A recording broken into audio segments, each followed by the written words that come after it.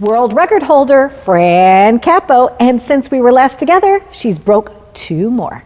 Hello. Hey Donna, how are you? I am so excited to tell you about these 2 new records. But one, I'll tell you about the first one. Okay. I was the first woman permitted to zip line inside an active volcano in Nicaragua. Ah. And when people say, oh, you know, yeah, I've been to a volcano, I'm talking about there was a lava pit, there was sulfur coming out, carbon monoxide, so we had to wear gas masks, and we had to zip line down into it. It takes like 20 minutes to zip line into the volcano, and then on the way out, when I was coming up, midway between the top of the volcano and down where I was, I hear, oh no, the handle broke. We ran out of gasoline. And I'm thinking, we're on the top of a mountain. Where are they gonna get gasoline? How are they gonna get me out? They're like, Fran, are you okay? I'm like, yeah, I'm fine. 45 minutes, I'm sitting in the middle between, on the zip line, and I go, well, at least the vultures are gone. And all of a sudden you hear about 50,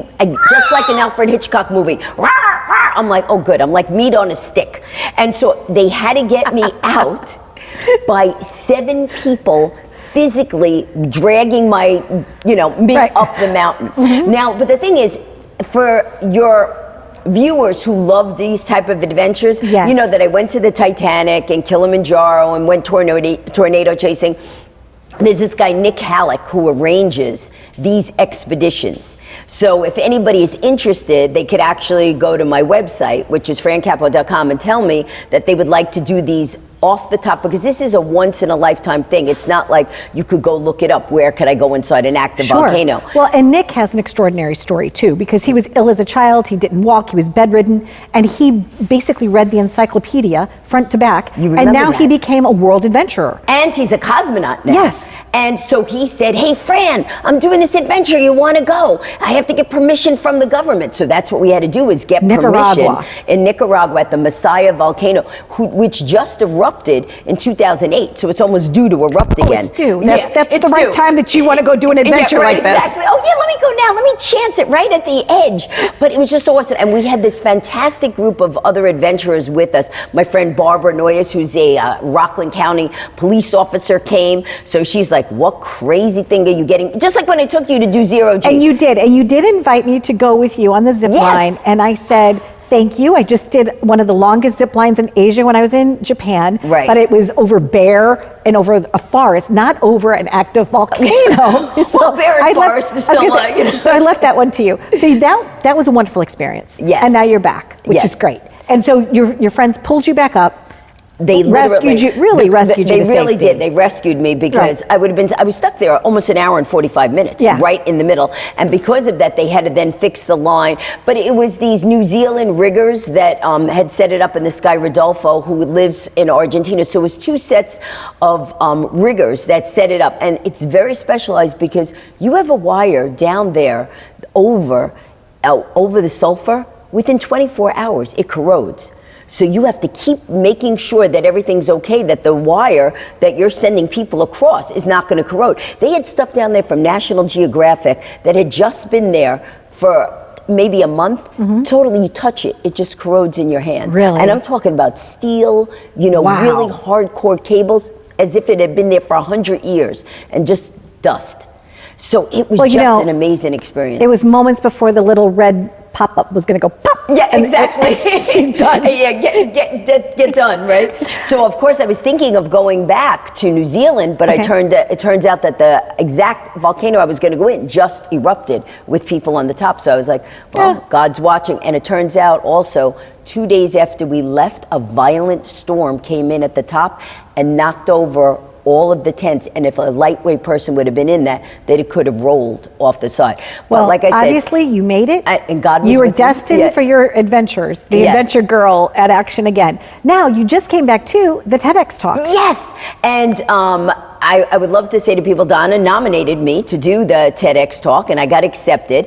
And so, you know how I always like doing different things. So my talk was how a world record mindset can help you accomplish anything. So I did my TEDx talk, but then one of the producers, Lucy Rosen, said, hey, why don't you do something different? I'm like, of course, Lucy Rosen said something like that. That's Lucy, right? As if like a TEDx talk isn't enough, because you know, right? I'm like, oh, this is not enough. I need to do something more. She said, oh, why don't you break a world record on the stage? Oh, yeah, that's another thing. Let me just snap my fingers. So I was like, all right, what could I do? And then I realized that no one had ever done a 1-minute TEDx talk. Wow, Fran. So I did, and I told the audience I didn't know how it was going to work out.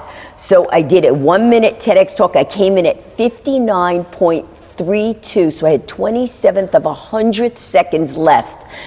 And I made it, and I did it, and then I got a standing ovation. Congratulations. I saw that, so wonderful. Congratulations on all of your continued great things that you're doing all over the world. Thank you. You bring empowerment, I believe, just through your daily living. Thank you. You empower so many people to just go for it.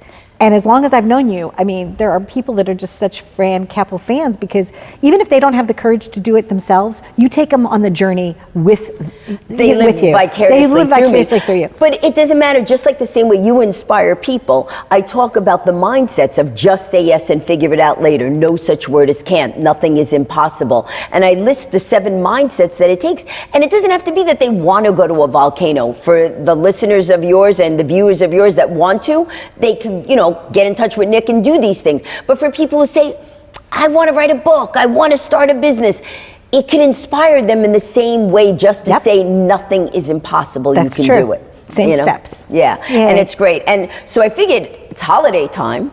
Yes. So when we're recording this, because we'll probably be playing this for years, but when we're recording it, it happens to be the holiday season of 2019. And you are the fastest talker in the world. So what did you bring for us? A little treat? I figured, why not have a little Christmas spirit and do the night before Christmas. Okay. Okay, here we go.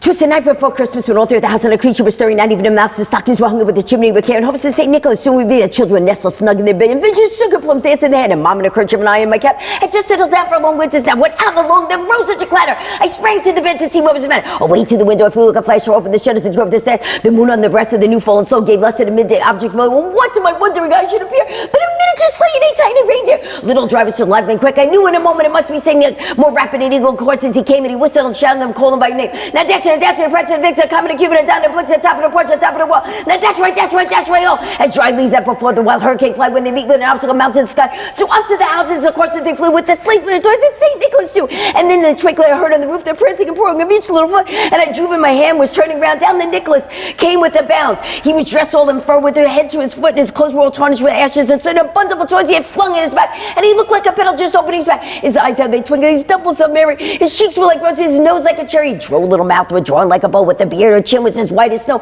stump of a pipe, he'll tighten his teeth with the smoke in a circle ahead like a reef, and his bow face and round little belly, and he shook when he laughed like a bowl full of jelly. He was chubby and plump, right jolly, oh well, and I laughed when I saw him in spite of myself, and a wink of his eye and twist of his head soon gave me to know I had nothing to dread. He spoke not a word, but went straight to his work and filled all the stockings, and then with a jerk, he laying his fingers aside of his nose and giving up the chimney, up he rose. He sprang to the sledding team with a whistle, and away he flew like the down of a thistle. But I heard him exclaiming, drove out of sight, Merry Christmas to all, and to all a good night. Ladies and gentlemen, Fran Capo. She's one of a kind. Thanks for watching.